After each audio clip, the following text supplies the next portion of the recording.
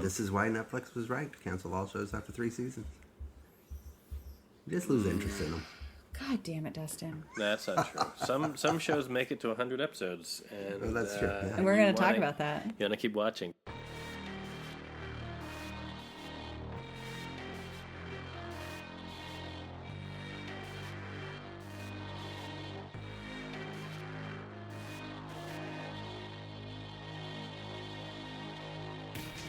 On that note, welcome to Podjiba, the Pajiba Television Podcast. Dustin. I'm Pajiba Comedy Editor. Although I know that you don't listen to us, so that's fine. I'm Pajiba Comedy Editor Dan Hamamura. With me as always, listen to the cold open. Pajiba Managing Editor Tori Preston. Hello, Dan. Hello, Tori. And Dua Slipa, Dustin Rolls. What? Do you not know who Dua Lipa is? Yeah, but you said duas. No, I think it's duas. Duas? As in possessive. Yes, duas. Lipa. Oh, see, there's no, again, know that this is our 101st episode now, and you know that the punctuation doesn't show up when you try to type it in. So that's true. It says Dua S. Lipa. The thing is, Dan, I just like listening to podcasts where it feels like I'm hanging out with friends, like Dax Shepard and Jason Bateman, or like this podcast. Literally this one, where you spend every Monday night hanging out with two people who presumably are your friends. Well, right. Well, I mean, you're no Dax Shepard. I bathe. Me too. So there you go. We have we'll get to the shows in a bit, but I do want to start with an apology. Go on. So. Those of you who listen regularly know that last week was our 100th episode, and as such, we all assigned 100th episodes of TV for everyone to watch, and you may have decided to watch along with us. And as you know, Dustin assigned Dawson's Creek, Tori assigned Fringe, and I assigned Anger Management. Now, I had never seen the show and had no idea as to the quality of it. I feel like you must have had an inkling. I feel like I didn't, I did not know. Look, 100 episodes in 2 years. Charlie Sheen's been on 2 hit sitcoms, so but were they who good? can say? Well, good is relative, the eye of the beholder. So, as Mike Schur says, if 20 million people are watching it, it must be doing something right? Well, this show did not have 20 million viewers watching it, and it did have 100 episodes in about 2 years. So I was hoping that the pressure of that the time pressure and the pressure of doing that, going through the 1090 production model, would make this interesting or fun to watch in some way, or the fact that it was the series finale, that maybe they would do something interesting or meta or fun or just that there would be something notable about it. And I was wrong. And for that, I would like to apologize if any of you watched it, because we'll get to that in a minute. But yeah, it's. When we do get to it, I would also like Tori to apologize for hers. But we'll talk about that later. Excuse me. Excuse me. I just want to point out the fact that regardless of who needs to apologize to whom, Dustin picked just about the most Dustin-y show imaginable. Yeah. I also picked basically the most prototypical Tory show. Yeah. And Dan was a dick. Yeah. Dan was a dick. Yeah, that's appropriate. So what are you guys drinking? I'll just go real quick because mine is boring. I went back to the Magic liquor cabinet, which it's been a while. Got out the bottle of Jura single malt Scotch whiskey, and it's going down nice. So, is it a new bottle or is it just refilling? It's about half full, but it's been half full for a while. So I don't know if that's because I haven't been drinking from it or if it's just refilled. Yeah. Yeah. Tori, what about you? Oh, I have made a series of mistakes in my life. So I had friends in town this weekend, and they are very much into beer, and particularly like weird beers. So I kind of get swept along with them as we're looking at the cooler at the grocery store and all the local strange beers. And then I inevitably pick something to kind of show off, like, ooh, this sounds interesting. I'll try it. And it's always terrible. So this week I'm drinking, it's called Astronaut in the Ocean. By, I literally don't know if that, no, I think, so it's brewed in Williston, Vermont, I think, by Burlington Beer Company.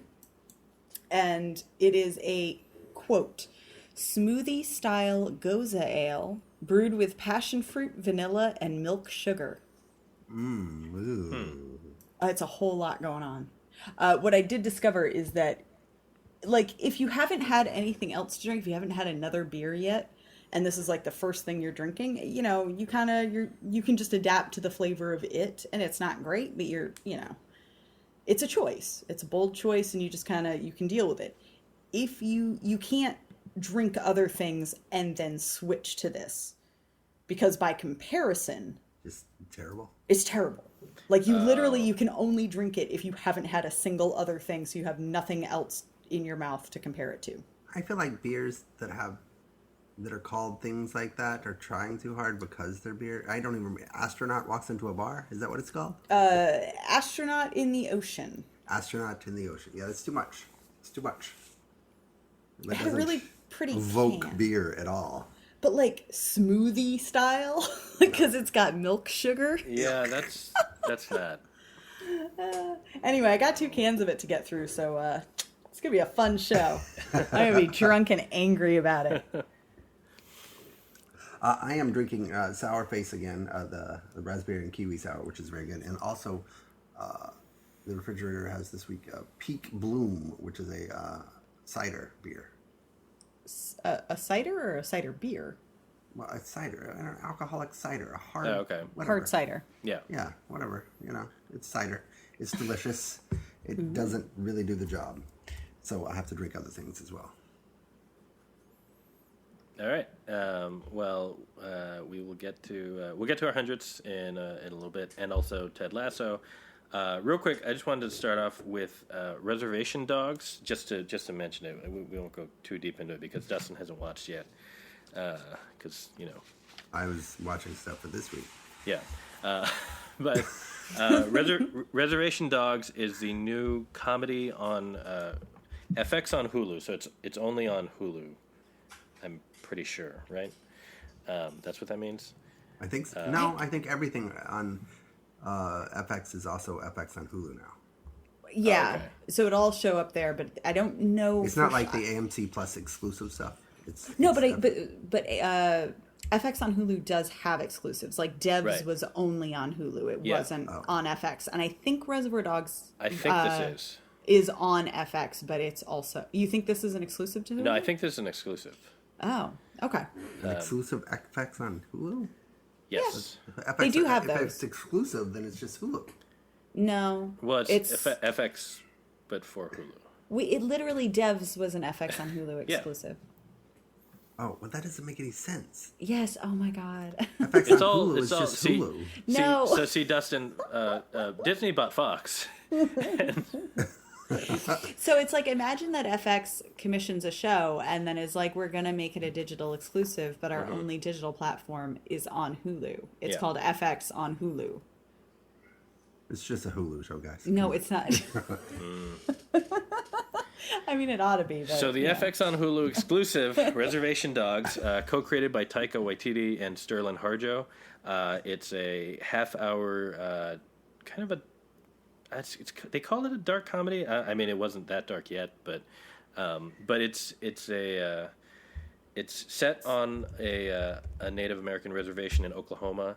I think the entire main cast is indigenous. The writer's room, I believe, was entirely indigenous. So it's kind of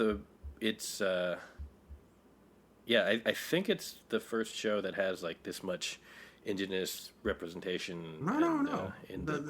The Ed Helms show. Right, but that show has a white man at the center. Yeah. I mean, like this show, literally everybody, just about everybody in the show is indigenous. I think there's like a white guy who's the clerk at the store, and he's literally called like white guy something in the credits. Like, But Zane McLaren is the cop. Mm-hmm. Yeah. And he's very funny. He's hysterical. Like, it's a great comedic part for him, and especially because he's usually like a very dramatic, serious, like awesome. Yeah, but imagine like that dramatic reading, but then he's like a low rent, not very good at his job cop who is also kind of into like conspiracy theories. Yeah. He's so good. And it's just so it centers around these 4 teens who are kind of like low rent, like they do low rent crime. Like the show opens with them stealing a snack truck, like a truck that's of a guy that's delivering potato chips. But their goal is they just want to make enough money to like leave, and they want to go to California. That's kind of it. And but like it ends up being mostly hanging out with these kids or around the reservation. And Tori, I know you haven't seen the second episode, but even the second episode, it's even more of a hangout than the first episode. I'm so excited. And it's fun and it's funny and it's just kind of low key and has like it has some odd like it feels like they kind of poke fun at the way that indigenous people are represented in culture. Yeah. So like with as an example, there's a moment where the main character he kind of like passes out because they get attacked by other teens by like they shoot them with paintballs and then while he's asleep or knocked out he has like a vision of like a Native American from like the days of like General Custer. Yeah. But like he's supposed to be like his spirit guide, but he's terrible at his job and like weird and talks about like the way that he got killed at the Battle of Little Bighorn, and it's not a great way to die. Right, like he's trying to give like a pep talk on like how to be a warrior, but like he was a terrible warrior. Yeah, he's like the worst spiritual guide you'd ever have. Yeah. It's just weird and funny and very much very confident in what it's doing. And so I just say check it out because it's funny, and I think they're only going to be like 6 or 8 episodes. I think it's a pretty short show. Yeah. I mean, is it a limited series, or do you think they'll bring it back? I don't think it's a limited series. I think it's just I mean, so many of these shows now are short orders, right? I think it's just one of those. Yeah. But hopefully it comes back. Oh, and just oh shoot, what's her name? Oh, now I'm blanking. Jana Schmeeding. Wait, I gotta look it up just so I get it right. Jana Schmeeding, who is a writer on Rutherford Falls and she's the co-lead in Rutherford Falls. She's in episode 2, just kind of like as like a random character, but she's very funny here and like very opposite what she plays in Rutherford Falls. So it was also just great to see her. And I don't know, Tori, did you have anything else about it? No, although I think did you read the interview in the New York Times? I think it was New York Times. No, I did not. So I think it was with Starlin and Taika, and they're talking about creating it. And what you were saying about how it's kind of like aware of the way Native Americans are usually presented in pop culture, and how it's kind of like poking holes in that, like playing with it and making fun of it at the same time, like very knowingly. And that's what they were talking about. They're like, it's always, spirit guides and talking to nature and all this stuff. And like, nobody does that. Like nobody, like, why do you think, like, that's not, like, what is that all about? Like, why is there always flute music or something like that? Like it's, and so you can see that right in in that first episode, that you can tell where they're like trying to do that. So it's a lot of fun. It's a really amusing, like coming of age kind of, kids in a suburb, except that it has a very specific point of view. Right. Oh, and also they do a lot of, especially in the first episode, they do a ton of film homage So Yeah. I mean, just in terms of like there's references to Platoon, there are references to Guy Ritchie movies. There's obviously Reservation Dogs is a play on Reservoir Dogs, Right. And there's a moment where they're in suits. So which Yeah, is and you also- can you see he's got the poster. Bear Yeah. has the poster in his bedroom. yeah. Yeah. I just don't, FX doesn't have a lot of programming. It's like one night of original Oh programming. my! Why not They just have a put second it? channel. They have FXX too. They've got Why? Do they still have FXX? Because that's where It's Always Sunny was. They do still have FX. Yeah, and Archer. Why? Yeah. Why? For comedy. No, but then you have like one night of original programming, and then the rest is what? I don't know, reruns, something. Probably. Dustin, FX has the movies. I don't know if Do you... do Yeah. they? I don't know. Wasn't that their slogan like 5 years Yeah, ago? they did. Well, because for a while they had all the X-Men movies, Right. and they would just play them over and over and over again. Dustin, some shows you just want to get it out to the world as much as possible. Then you should put it on the network and on Hulu. Look, that is obviously the case, but they're not. They're offering some exclusives to Hulu because that's the whole. Look, just let them have this. If you Yeah. wanted to subscribe to Hulu, just subscribe to Hulu, not FX on Hulu. Nobody You subscribes don't to know. FX You on get Hulu. FX on Hulu when Yeah. you subscribe to Hulu. It's not. You don't pay extra. Right. They're trying. It's like the way that you get Disney Plus and they have like a Nat Geo section. Yeah. Okay. It's just a channel. It's just yeah. Yeah. Yep. Okay. All right. All right. And does Nat Geo have Did you Nat think- Geo or Plus exclusives? Net actually, no. Is it Discovery? No. Yeah, it's Discovery that now has their own streaming. It's like Right. Discovery Plus. But anyway, wait, Dustin. This whole time, did you think you were paying extra for FX on Hulu? No. That's not what I thought. I just thought, why call it FX? I mean, just it's just Hulu. It's not like you need special branding. The Hulu shows are good. Right, But but Dustin, you have HBO shows and then you have HBO Max shows. But Yeah. you have HBO shows on HBO Max. But Yeah, some of them are Hacks. HBO shows and some of them are HBO Max shows. Hacks wasn't on HBO. Right. It wasn't. No. Why not? Just put it on the Because it's goddamn an network. HBO Max show. But why not just put it on HBO too? HBO doesn't fill every night with programming. Right, They're because they have try- movies. Look, they're trying to have their cake and eat it too. Like, do you so you're maximized. So if people are have cable, they'll get all the stuff that's on HBO, but they want to entice people to have streaming too, and maybe so they get all of the profit. if But they they don't. just But they don't want to subscribe- tick off their cable and satellite providers. So you gotta This keep is it. not a good long-term solution, y'all. No. I mean, this is Everyone's just trying to figure it out, Dustin. Yeah. They're just doing their best, trying Look, to figure out. we're all going to go a la carte, and eventually we'll end up having to pay a service to bundle all of our individual streaming. Like we're just going to go around in circles. Right. But I'm gonna pay $1.99 for episodes on iTunes, like in the old days.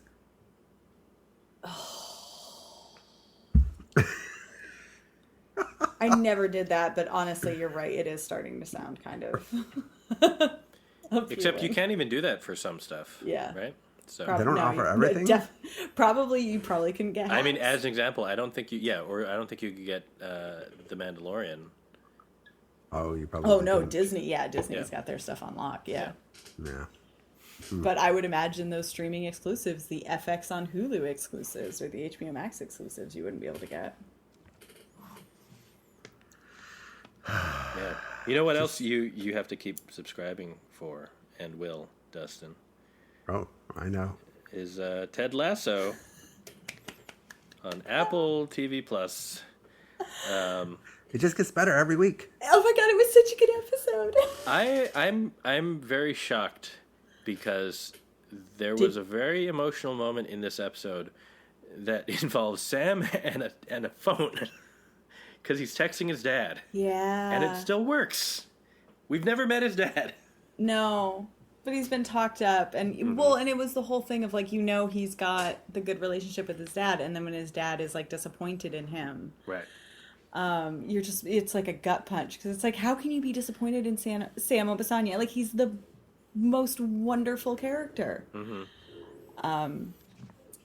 Anyway, we're getting ahead of it, but this Okay. is episode 3 of season 2. Obviously, we all enjoyed the episode. So, wait, They brought before we Jamie get to back. they brought Jamie back. Before we get to the serious stuff, can I just have the quick Roy Kent check-in? Yes.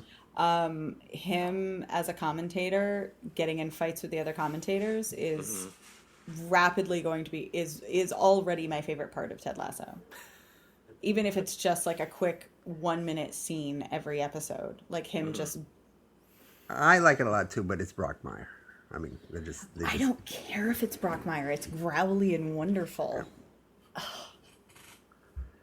Does It's also Brockmire different growl? because No, it's just Brockmire. It's just the whole shtick is like, but Brockmire raw, was also brutal like honesty. right, but Brockmire was also like the shittiest person.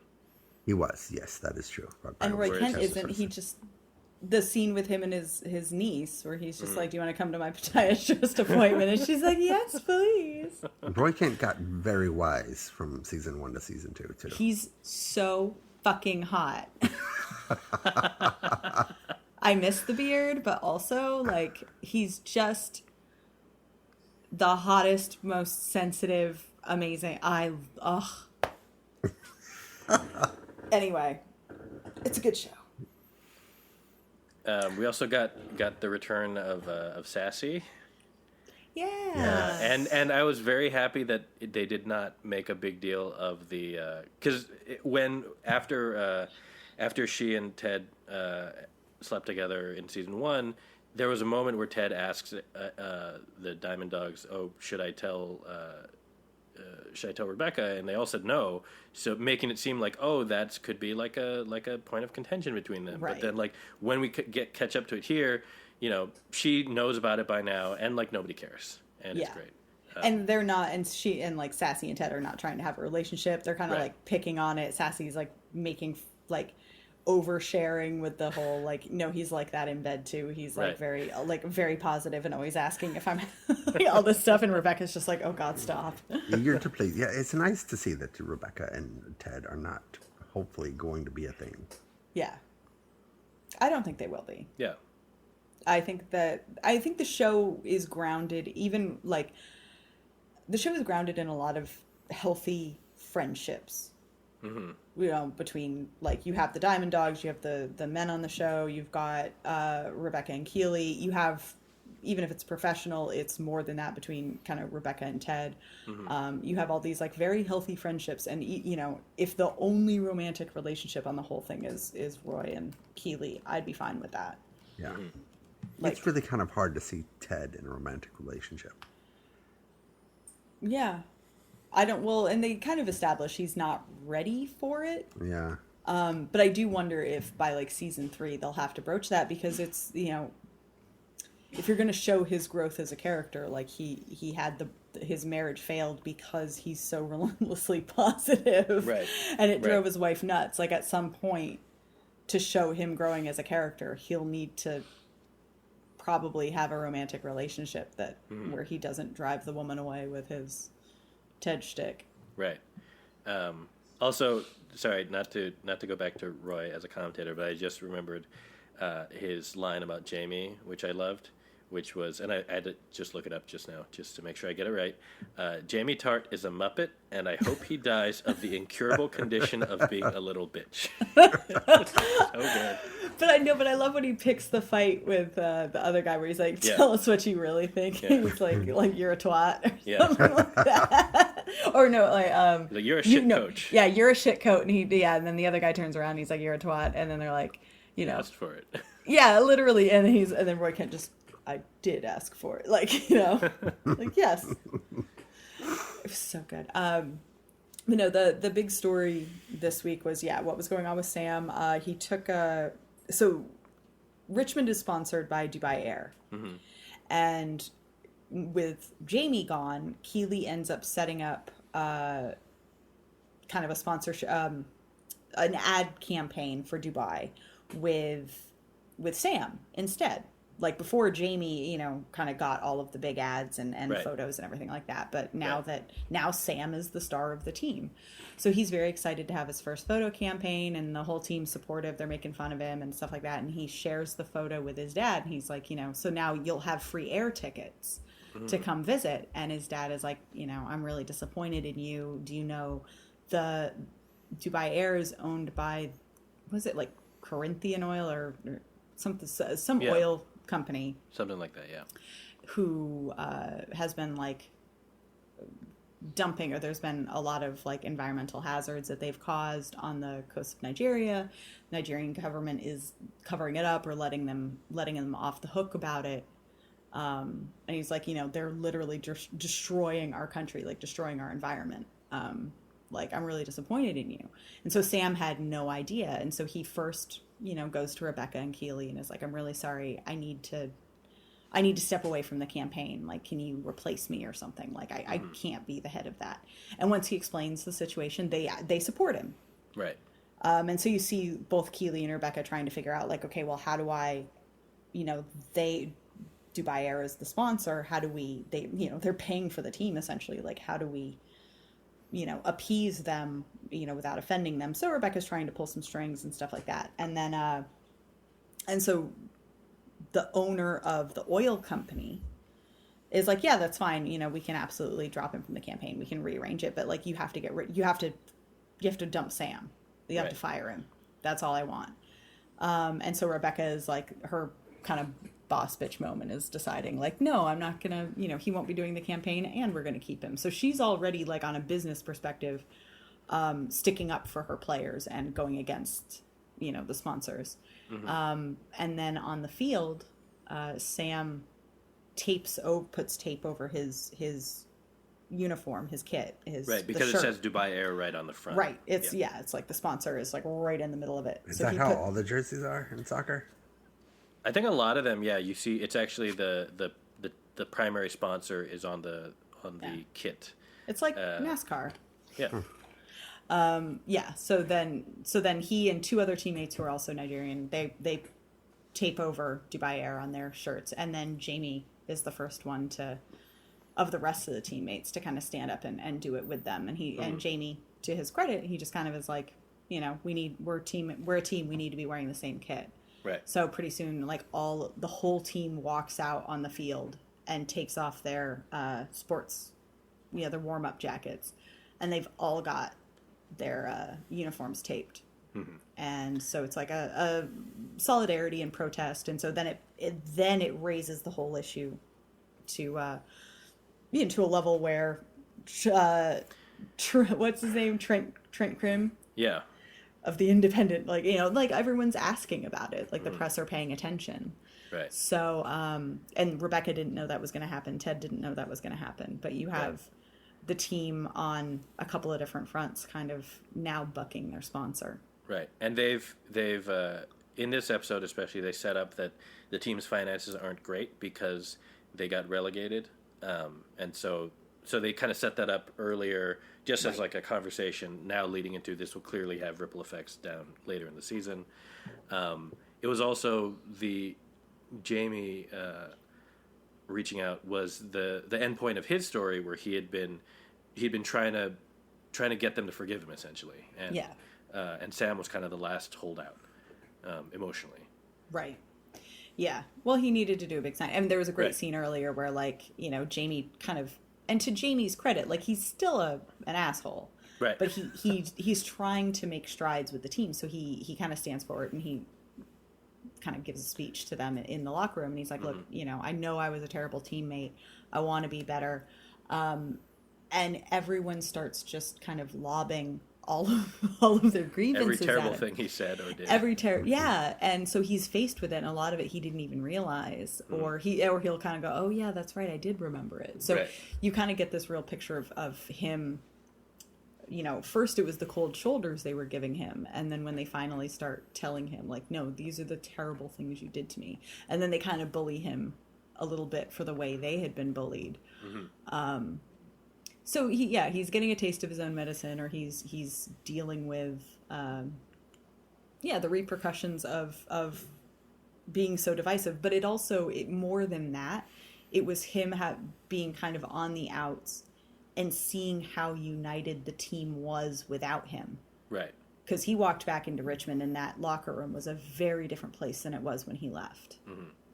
And without him pitting them against each other, they, and with Ted's help, they came together. They were really united. So You mean led Tasso. Yeah. So that was the other thing that happened this episode is Ted introduced his alter ego, Led Tasso, who is an asshole, and he basically just demonized them for an entire practice, just was really mean, making them do tons of laps and just yelling at them. But the idea was to try and give them a common enemy to unite against so that they weren't all just uniting against Jamie. Right.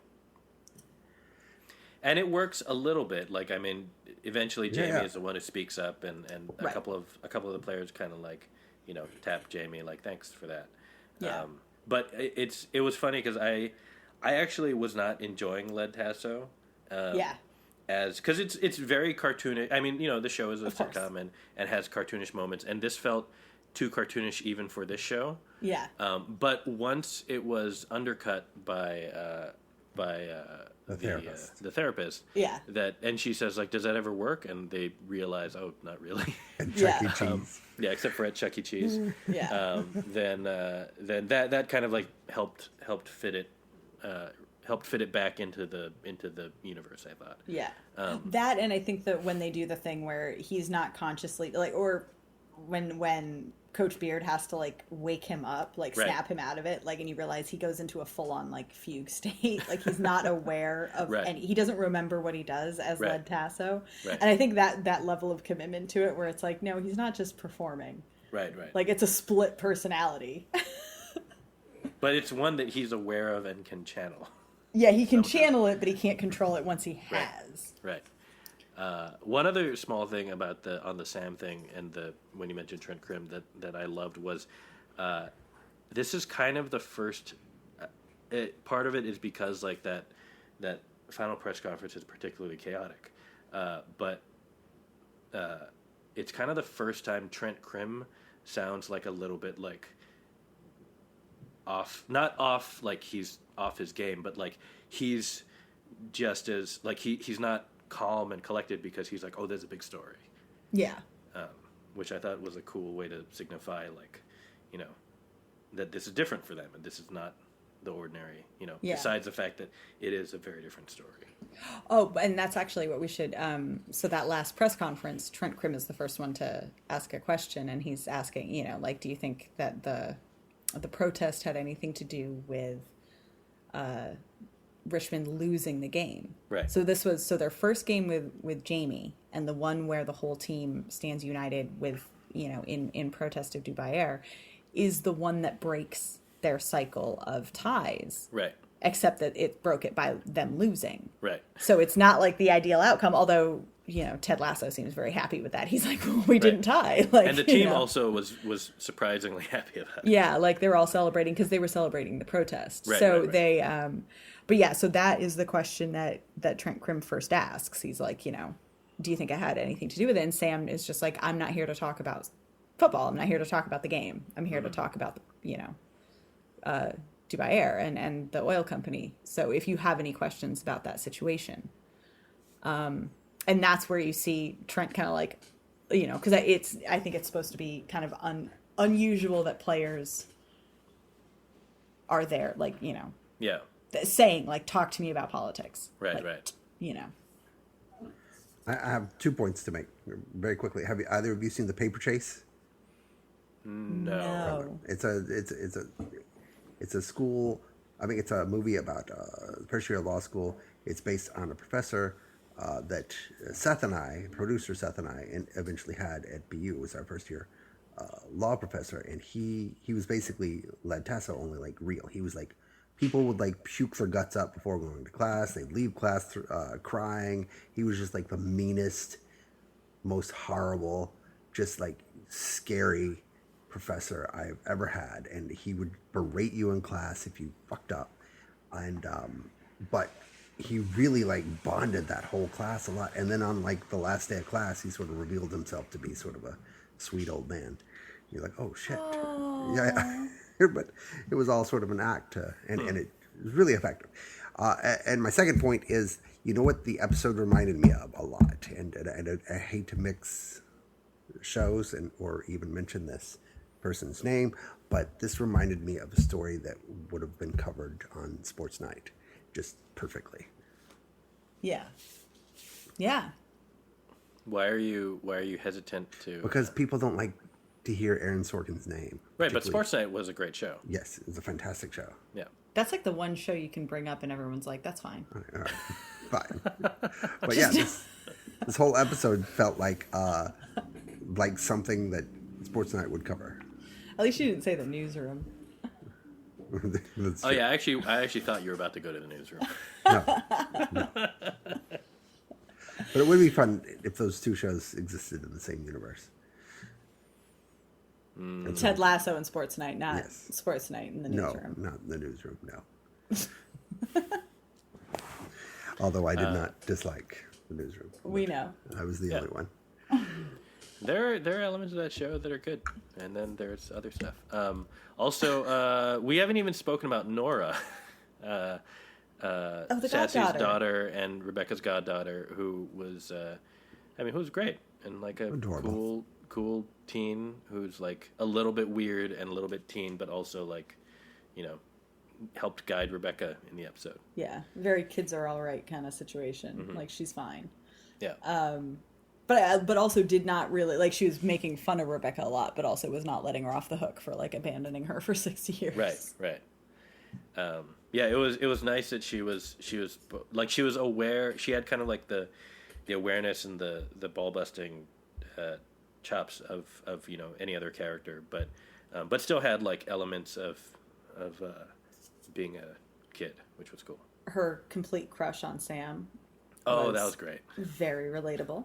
A lot of people were speculating about which two characters would inadvertently end up together because of banter.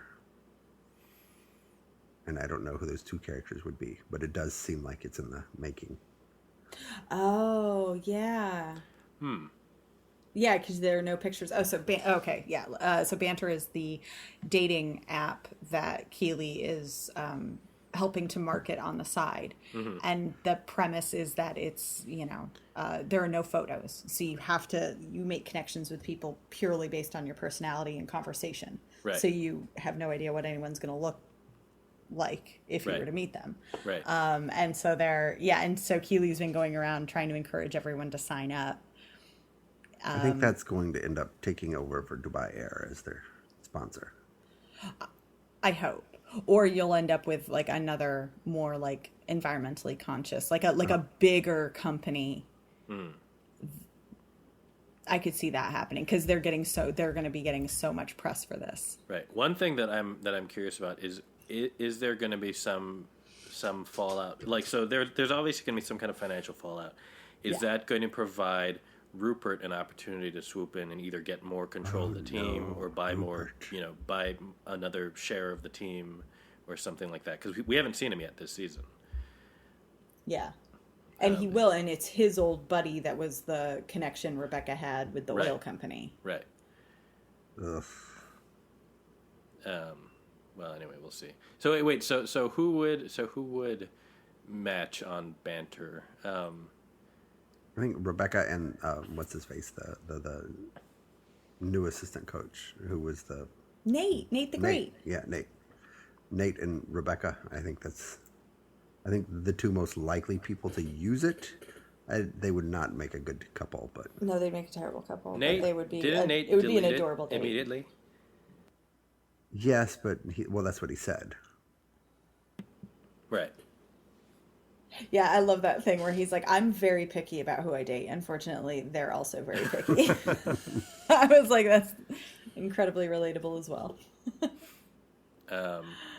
Meanwhile, Beard and Jane, who we haven't seen yet, but apparently are still going. Sure, strong an iCloud and account. Terrifyingly so for Beard, I guess. Since he seems afraid of her, mostly. It's a good running joke for the season. Yeah. Wait, so she's not the chess girl from last season? No, that is the chess girl from last season. So we did see her in the dinner the auction dinner. Oh yeah, sorry. I just meant we haven't seen her this season yet. Right. Okay. The last time we saw her was when Beard blew up at Lasso in the bar, and like she was on a date at another part of the bar. Oh yeah, and then like him yelling at Ted, like made her ditch her date for him. Yeah. Yeah. And also, they made a random offhand thing where Colin knows about Grindr, and so it was like, is Colin gay, or does he just know about Grindr? Because a lot of people know about Grindr, so it's not like a big deal. But that was cute. Yeah. Anyway, Ted Lasso will continue, and thankfully, since it's a 12-episode season, which is not that long, but feels long because it's 3 months. This is only 3 weeks. Yeah, week 3. So we still have 9 weeks left. Yay! Do you think Ted Lasso will get to episode 100? Oh, good question, Tori. I don't know. I mean, I hope. They had talked about. Oh, I already told you guys that they had talked about 3 seasons only, but Bill Lawrence, walked up back that. Right. Can we make an agreement that if they get to episode 200, we'll definitely watch it for the 200th episode of Pajiva? Not because we will beat them to 200 easily. Yeah, we'll beat them to 200. Well, yeah, we're well, okay. Maybe we'll take some time off so they can catch up. So we'll get to 199 and then stop, and then wait for them to hit episode 200. Yeah. That's a good plan. But yeah. In the meantime, we did our homework, and I'm sorry again, everybody. I don't know what order you want to handle these. I think we just get yours out of the way, Dan. Yeah. All right. So, Anger Management, a sitcom on FX. Remember, it started there. Did it end there, or did it go to Amazon? Okay. No. They did their whole run there. Okay. So they aired all 100 episodes on FX in 2 years. In 2 years, which means they aired them weekly for 2 years. Yeah. Well, they actually had to do. Insane. They probably aired more than one a week, or maybe twice a week. I don't know. Anyway, doesn't a Tyler Perry show do that too? Yeah, there are some Tyler Perry shows that use the 1090 model to get to a syndication number. I'm just impressed that they could do that much in that short of period of time. It's a lot of TV, dude. Not just the actors, but like the writing. Even bad writing is hard to be that prolific, I would think. It's a lot to write, and so it's not good. It was not good. It was an episode of television, and I was impressed with the cast. I had no idea what the cast was. That particular cast would join that show. Right. No, I mean, we knew who Charlie Sheen was at this point, didn't we? Yeah, he'd been kicked off of 2.5 Men, so they knew who he was. Did you just ask? Did we know who Charlie Sheen was? No. I mean, we always knew he was, but this was post meltdown. Right. Yeah. So I mean, so they probably got a bunch of money because it was watch the train wreck of Charlie Sheen rebounding after 2.5 Men. Mm-hmm. So the network probably had a bunch of money, and then they were able to like throw it at the other people. Because I mean, if you figure the show started with Selma Blair, right, and then she left, but like. There was they a lot still of got everyone else. Decent people in there. Shawnee Smith, I don't know where I know her from, but I liked her a lot. It's like, oh, hey, she's been in a lot of shows. She was on Becker. Didn't you watch Becker? Yeah, I think that's That's where I know her from. Yeah. And the Saw movies. Noreen DeWolf, who's been in a bunch of stuff. Yeah. Brian Austin Green is there for I guess he came in the second half of the show, but he was, and then Laura Bell Bundy. Yeah. No, the old man is Northern Exposure. Barry Corbin. No, the old man, is that his name? Yeah. Barry Corbin. He was on Northern Exposure. Yeah. Yeah. And then guest stars. I mean, they had Martin Sheen. Mm-hmm. Michaela Wagner. Yeah, Corbin Burnson. Yeah, I mean, like just Michael Boatman was on for 33 episodes. I love that guy. You guys didn't watch The Good Wife. Who's Michael? Oh, that's why. He was in Spin City too. Oh, that's right. Yeah. Okay. And Brett Butler. Yeah. Yes, who was, at that particular time was coming out of her slide. Mm-hmm. Yeah. But you look at the show and you have like all these people and all these characters to. I mean, again, I've not seen episodes 1 through 99, so I don't know anything about it. But it was pretty easy to pick up. It was on the obvious, premise. Right. But I mean, like you have like Shawnee Smith who's there for one scene. You have Brian Austin Green who's there for one scene, and then it's the rest of it is just. But Shawnee Smith was in 100 episodes too, so Right. she was there. I assume that she was the love interest at some point. I think she's his ex-wife. Oh, okay. Yeah. But it was just very formulaic and not funny and not interesting, and also failed as a final episode. Yeah. Like the whole they set up this thing where it's like Charlie Sheen's character is going to give up his anger management group and become a sports therapist For the team he used to play for. for the baseball Right. team he used to play for, which was run by Corbin Burnson. Right. And he's doing it and he's like all happy about it, and then he decides that their players don't respect him, so he realizes there's not like a whole lot for him to do, whereas he's got this whole codependent thing going on with his existing group where they like desperately need him, and he basically doesn't help them so that they continue to need him. And so he just sort of like unceremoniously quits, which you never actually see him quit. His dad comes over, he gives him tickets, says he's still working for them, and then goes into the other room and is like leading his group, and he's like, I just decided I needed you guys. Right. And so there is no change. Like his life, nobody's lives change. It's just Right. like, this is the finale. Right. It wasn't good. No, it wasn't good. But So, it was 22 minutes. That is true. why do you hate us? I was going for was I was trying to find the most interesting option I could, and You failed.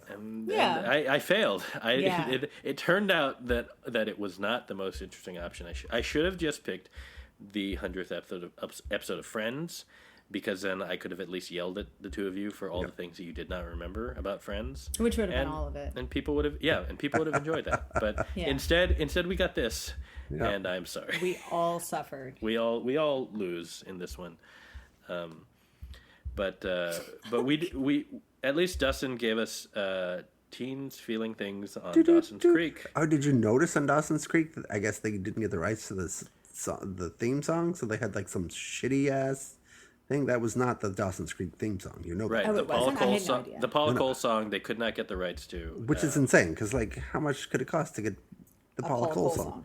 Yeah. Dustin, it's I Don't Want to Wait. It's like the iconic Paula Cole song. The iconic South Dawson's Park got Creek that song. Yeah, but South Park. Wait, did South Park? They didn't Well, pay because for they had it. that bit like, I don't want to wait. Right. for He my sings time it. To keep it be over. Yeah. but you still have to pay publishing rights. Right, but that's different than getting the rights for To the for whole one episode recording. versus like to Yeah. do it for Okay, every fine. episode of this show. They should have just gotten the Cartman version. Oh, that would have been, That probably would have cost more. but it would have been pretty great. I don't want to wait for my time to keep it be over. But that was like that theme song was a huge part of the experience of Dawson's. Was it? Yeah, I mean, I'm sure It was it fine. was. Well, when I God, watched this it on was- TBS Yeah. for like the entire run. So, Dustin, how did these teenagers make you feel? I don't know. That I guess they're in feels like college a by this loaded point. question. Yeah, they're in college by that point. This was so okay. Okay. Oh, I had a question for you. So, which one is the fuck boy? Is it Dawson or Pacey? Because they both seem awful. They do, don't they? They're I- terrible people. When I feel like Pacey was the guy we liked the most, and Dawson was like, I don't have much recollection of the original show. Okay. To be honest, yeah, I don't know why, but I like Pacey a lot. I never loved Dawson. Him and Joey were, I assume I think that they ended up together in the end. I think so too. Well, and what? was this episode the start? Wait, what? No, she ends up Dustin, with Pacey, right? Yeah, come on. You got to know that. Pacey and Joey? Yes. And Michelle Williams, doesn't she get? Is this the beginning of her having cancer? Doesn't she get sick? Yes, she does get sick. And she's sick in this episode. I don't know if this is why she gets sick, or this is where she starts getting sick. But why would you have a character just randomly have a cold on spring break unless it's going to be like a fatal illness by the next episode? Right, but doesn't Joey make so much sense? Oh my. No, but she gets sick in like the. I mean, it's in the future, like it's because it's a time jump at the end of the it is? That's right. Yeah. That's right. Oh, I don't remember. I never watched the show. I just knew. Oh, it's also a terminal heart condition. Oh, okay. So not a cold. Not a cold, but yes, Joey picks Pacey. Dustin, how dare you? I don't know why I didn't remember that. Why isn't it awful. Joey's Creek? She didn't have the fascination with Spielberg. I was like, he drove. What was that whole thing? He like drove the whole episode and then didn't go meet the person he was supposed to meet. Yeah, that was the worst part. Yeah, when he's like, the guy's like, you can just reschedule the meeting. I'm like, I'm pretty sure that's not how fucking agent meetings work. Like when you're a student. Yeah, like the love of your life, man. You can just like reschedule the meeting, but you can't like reschedule her. But you could. I mean, she's like the literally love of your life. She's going to be there forever, and apparently she's not the love of your life. Yeah, and also she's not really there for you. Also, that was that friend Oliver was played by Jordan Bridges, who is son of Beau Bridges, and I didn't know that.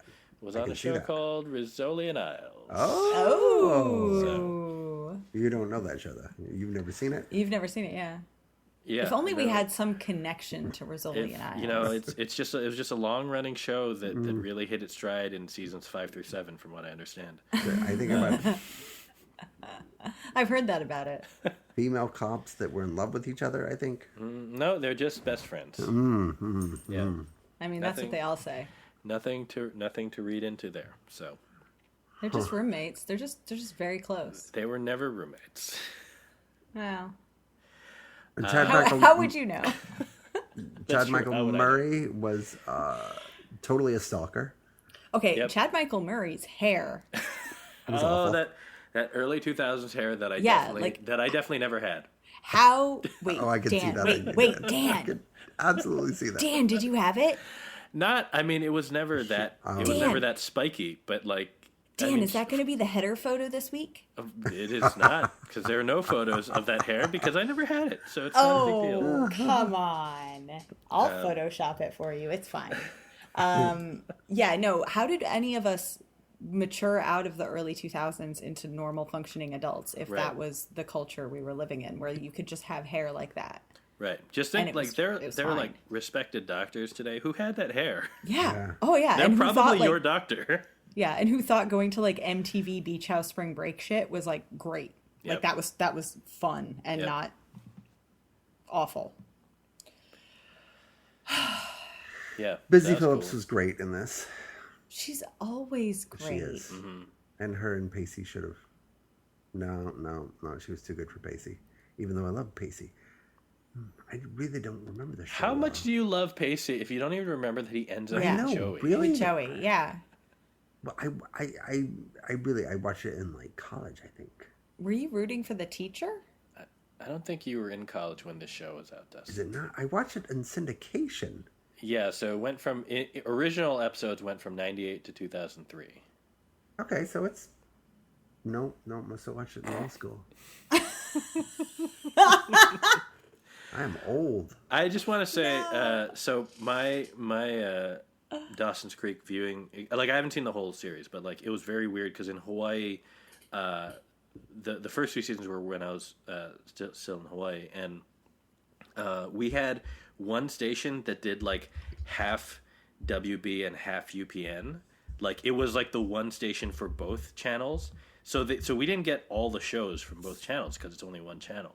And so season Just picking one, shoes. yeah. But so the first season we didn't get Dawson's Creek, and I would watch it by reading recaps. Some random person was writing on the internet, and like downloading little clips, like little QuickTime clips of scenes that are like 90 seconds long, and that's how I watched the first season of Dawson's Creek.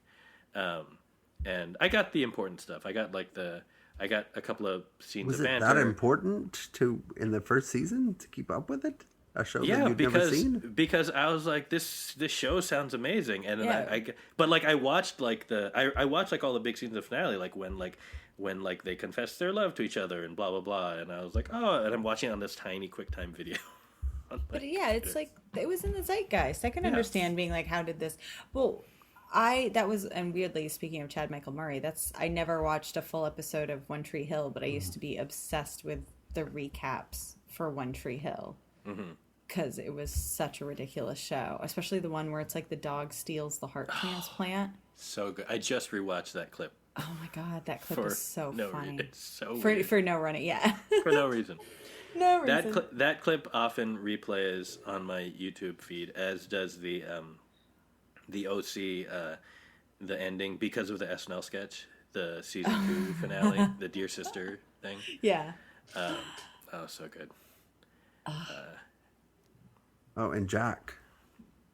Poor Jack. What about him? The alcoholism. Right. Oh, is it full on alcoholism, or is he? I thought he was just flunking out.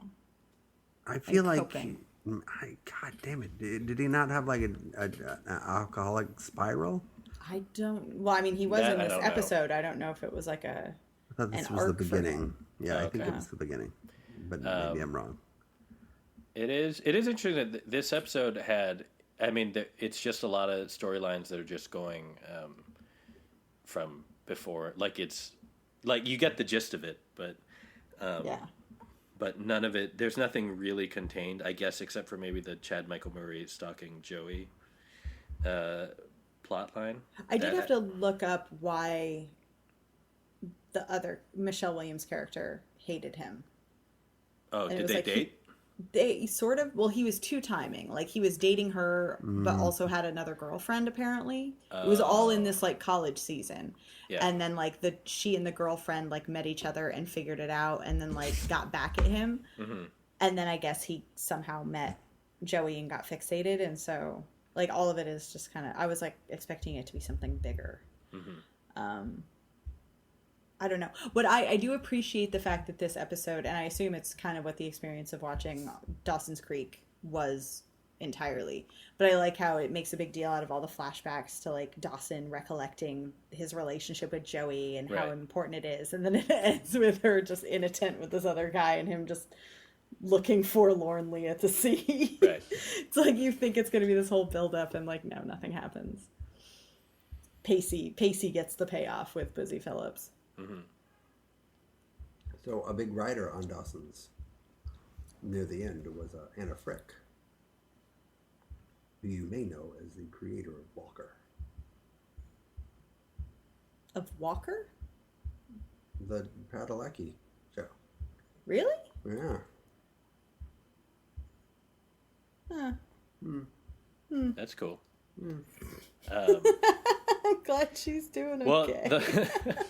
Well, that does make me think, though, Dustin, that it reminded me that the Tories pick for our episode was the series finale of Fringe, which I don't know if you guys noticed was written and directed by J.H. Wyman, who you may remember as the creator of the now short-lived series Debris.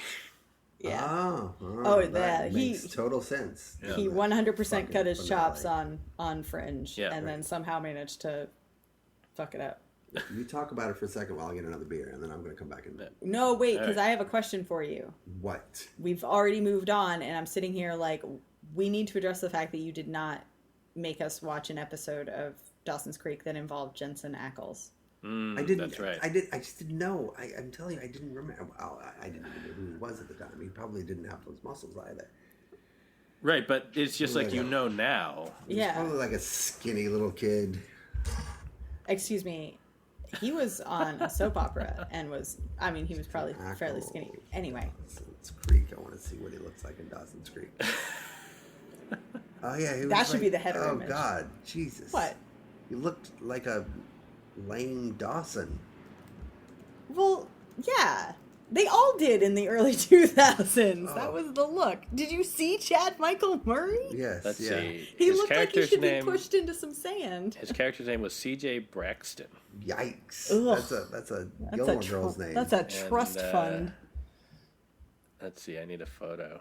Oh, look at that! Look at that baby face. He was on a bunch of those shows, though. Wasn't he on, was it Dark Angel or no? Is that the Jessica Alias? Alba show? Was he on Alias? No way. He was on one of them. I can't remember. Might have been Dark Angel. Yeah. That I don't know. All right, I'll be right back. I'm gonna get a beer. Dark Angel sounds right though. Yeah, right? It was something. I have not seen that show in a long time. Let's see. Jensen Ackles. He was on Smallville. Days of Our Lives, Sweet Valley High. Yeah. He was on Dark Angel for like a season. Yeah, Dark Angel. Oh, that show was wait. How long did that show run? He apparently had several names. Well, that show went for like what, 2 seasons? There we go. Yeah, he was on for 22 episodes. Yeah, so it's a season. And then Dawson's Creek. Okay. And then Smallville. Yeah. Who knew? So He just went to CW. he was just working his way up. And then once he got Supernatural, that was it. So just to kick it off, I mean, Tori, I've already told you this, but so I know nothing. This is what I've seen of Fringe. I watched the pilot when it aired, Okay. and then I was like, oh, okay, and then never came back, and then I watched this finale yesterday. Things changed. Yes. I guess you could say. A few things have changed, but one thing that did not change is the what? Oh my God! Wait, no. What? Yeah. Why did you want me to apologize? I had fairly fond memories of Fringe because I had forgotten about the last scene, and particularly that finale, which was fucking heinous. Like What? one of the worst finales ever. Are you kidding What? me? So fucking awful. What I have was no bad? idea what's going on, and John Noble is just crushing the John- yeah. emotion John in Noble every was scene. great, John Noble is the linchpin of the show. Like, you don't need anything else. but the writing was atrocious. The whole what the fuck was even going on? And I'd forgotten that the bald guys came back and Yeah. Yeah, they're Just- trying to reset the timeline by creating a paradox to stop the observers from taking over. What's not that makes sense? Right. I did forget that the last season was entirely the Observers. trash. Okay. So can I give you my justification though? Sure. Okay. So what I've always appreciated about Fringe, and I do agree that it went a little bit off the rails, but thematically it's still in line with what the show is good at and what makes the show unique. So most of the shows, it always gets compared to like X-Files or whatever, and most of those kind of shows, whatever they're up against, there's like aliens or it's something supernatural or, whatever the mystery is something other. And what I like about Fringe is it very much sticks to that lane of, it's all fake science, but the idea is that it's fringe science. It's pseudoscience. And ultimately what that means is it's created by people. So everything that they investigate, all of the things that they discover, every problem that arises is humanity. Right down to, 4 seasons of it, it's alternate realities fighting. Mm-hmm. And it's all because Walter made this one decision to save his son. And that caused this ripple effect and caused this rift between realities and things like that. In the final season, what I like about the Observers is, so they're obviously patterned after, like, we have touchstones that are similar. Things like in Marvel, it would be the Watchers. The idea of these characters that are supposed to observe but not interfere. Mm-hmm. And again, they're always other. Right. And what Fringe, and the Observers have been a part of Fringe the whole time. But the reveal that they are not there to just watch, that they are actually an invading force from the future. So they are the next evolution of humanity. And that's kind of like you see in the episode, where the Observer, who now has hair, is talking to his buddy and he's trying to get the device. Right. And they kind of have that philosophical conversation where it's like, it's them or us. Like, what do we choose? And the good guy is like, well, it's, their era deserves a chance. Mm-hmm. And it's really that question of, the Observers were, so at some point humans created this, started experimenting on themselves, and it was to reduce emotion and heighten intellect. And the end product of all of that manufacturing was the Observers. So that humans turned themselves into that, and then those Observers, despite all of their technological advancements, just decimated the planet. So they decide to travel back in time and habitate in the past and start over, where there's now they can live again. They have the planet is fine. Mm-hmm. So it's all a metaphor for, like, how we're destroying the planet. It's all global warming and shit. Right. But it's still humans. And so it's them kind of going like, well, look, yeah, it should be them or us, and we should always choose us, except that, like, we need to live with the consequences of our actions. Mm-hmm. And, like, we don't have the right to destroy others just to save ourselves, when it's like we're the ones who fucked ourselves over. And so I like that. Like, the show is about, it's all rooted in humanity, and it's ultimately all of the big character things are people having to take responsibility for their actions. So that's the whole thing with Walter.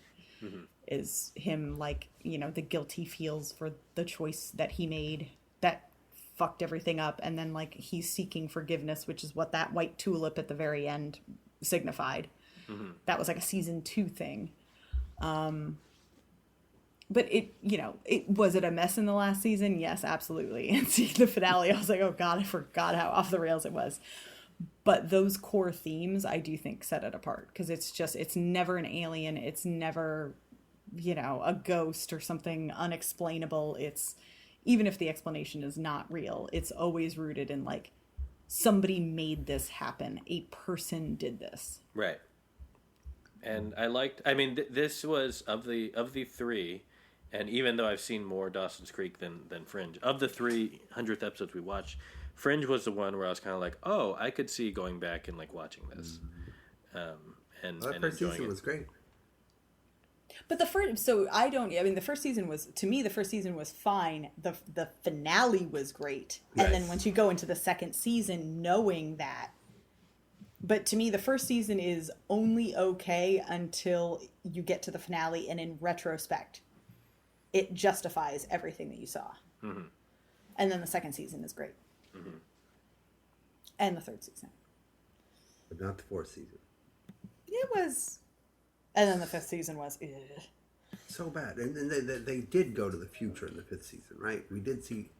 Yeah, so this is already a time jump. Yeah.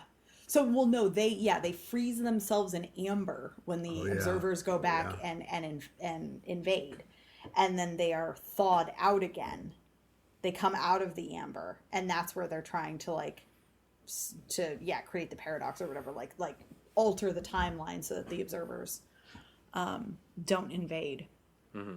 But, so they're like, so I think the finale we saw took place in, like, 2035 or something. I might be wrong, but it's, that's why Broyles is in the old man makeup, because he wasn't in the amber.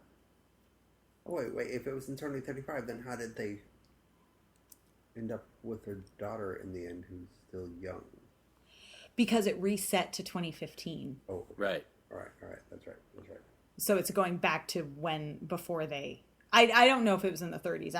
That might be too far, but at any rate, there was a time jump, because specifically it's like the Fringe team was in the amber and time went on, and that's why it's like when they went in, I think their daughter was a child, so it would have been 2015, and then she's an adult, and I think she's the one that gets him out of the amber, and then she dies. And That's right.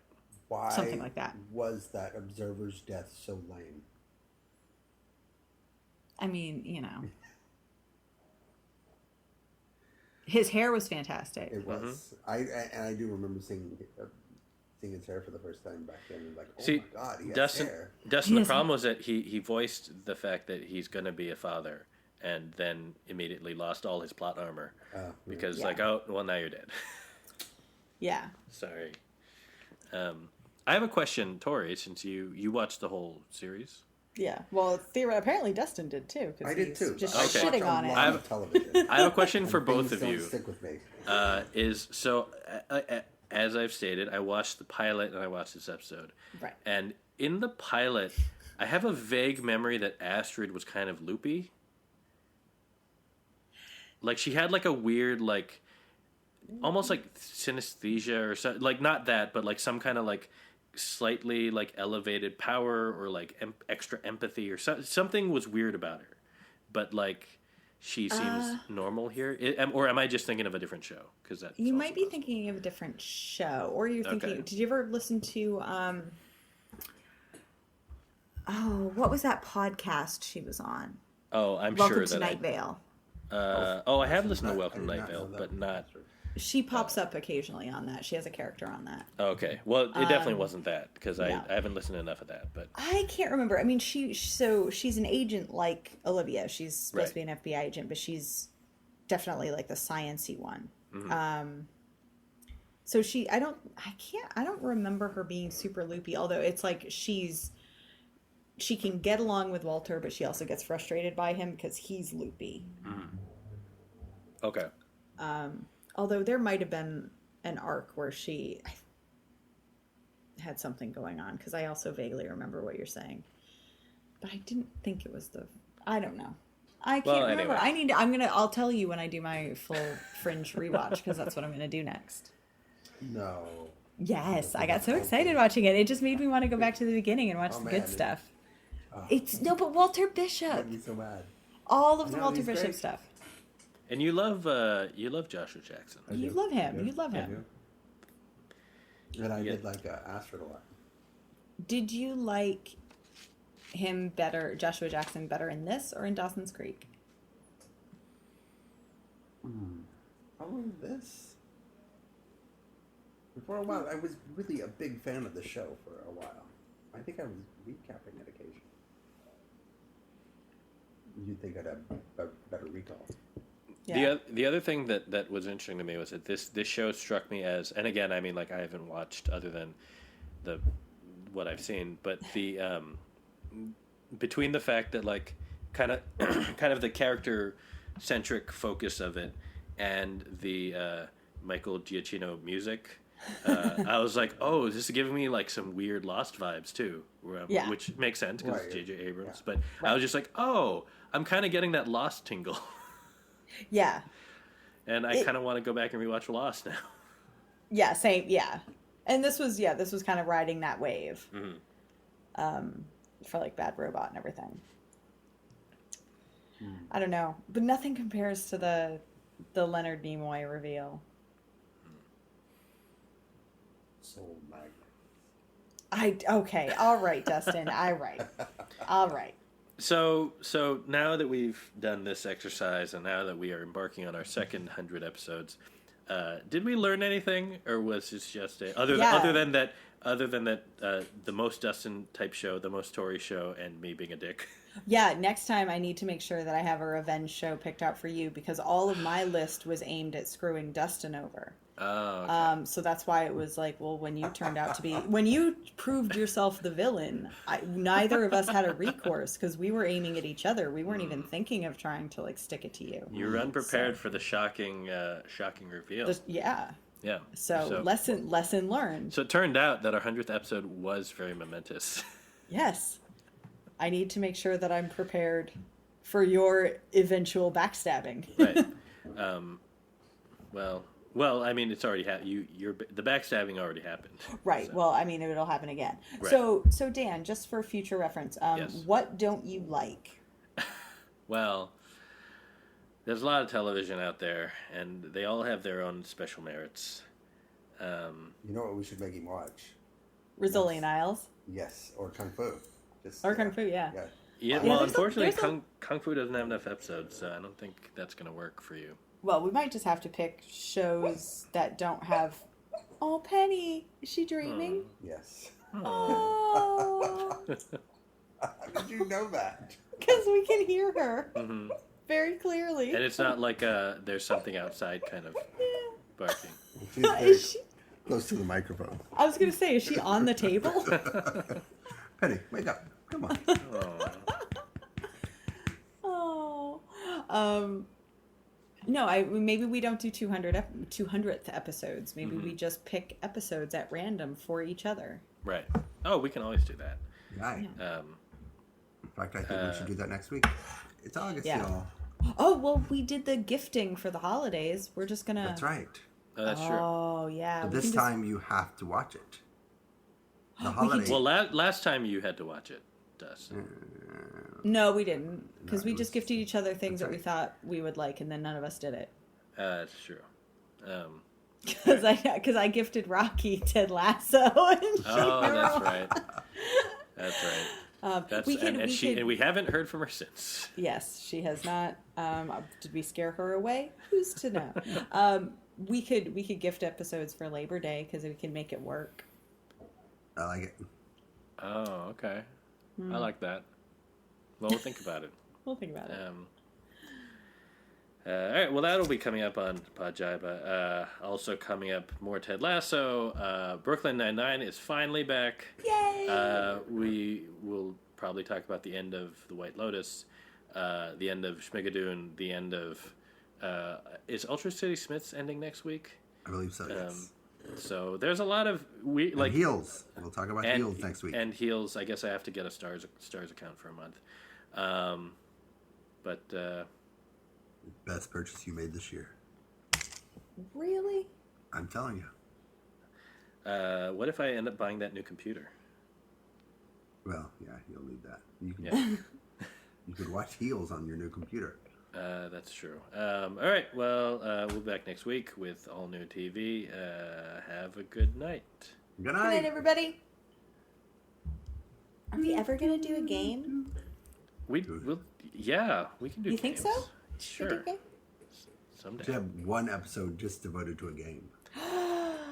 Yeah. All of this is staying in just so that we have to do it at some point. Yeah. What if we did like, wait, don't tell me. Oh, I love Wait, Don't Tell Me. Yeah. It's just, but Dan has to run it and come up with everything. Yeah.